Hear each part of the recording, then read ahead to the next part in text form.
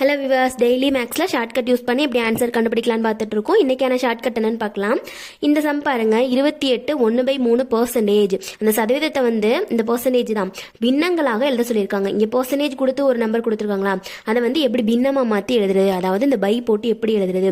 இந்த மாதிரி சம் நம்ம ஏற்கனவே 2-3 சம் பார்த்துட்டோம். அந்த சம்னா பார்த்துருந்தீங்கன்னா நான் போடுறதுக்கு முன்னாடி ஆன்சர் நீங்களே போட்டு பார்த்து ஆன்சர் என்னன்னு கண்டுபிடிங்க. இப்போ நான் இதுக்கான ஷார்ட்கட்டை சொல்லிடுறேன். இப்போ என்னன்னா, இது கலப்பு பின்னமாக இருக்கா, இதை நம்ம ஃபர்ஸ்ட் பின்னமா மாத்திக்கணும். கலப்பு பின்னத்தை பின்னமா மாத்திக்கணும். அப்ப பின்னமா மாத்தணும்னா என்ன பண்ணணும்னா 28ஐயும் 3ஐயும் மல்டிபிள் பண்ணணுமா. 28ஐயும் 3ஐயும் மல்டிபிள் பண்ணா என்ன வரும்? 28ஐயும் 3ஐயும் மல்டிபிள் பண்ணும்போது 84 வருது. 84 கூட இந்த 1 ஆட் பண்ணோம்னா 85 வருமா. இந்த பை 3 இப்போ பின்னமா மாத்தியாச்சு.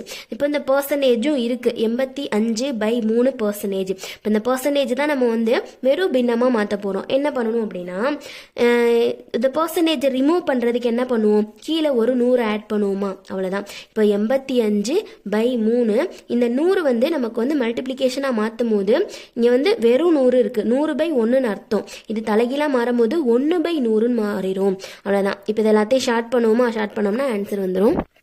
இங்கே 5ஆல் அடிக்கலாம். 85ஐயும் 100ஐயும் 17×5 85 வரும். 20×5 100 வரும். அவ்வளோதான். இதுக்கு மேலே ஷார்ட் பண்ண முடியாது. அப்போ ஸ்ட்ரைட்டாக நம்ம மல்டிபிள் பண்ணிடலாமா. ஒரு 17 வரும். இங்கே 3ஐயும் 20ஐயும் மல்டிபிள் பண்ணும்போது 60 வரும். அவ்வளோதான். 17/60 இதுதான் நமக்கான ஆன்சர். ஆப்ஷன் பியில் இருக்குது. அவ்வளோதான்.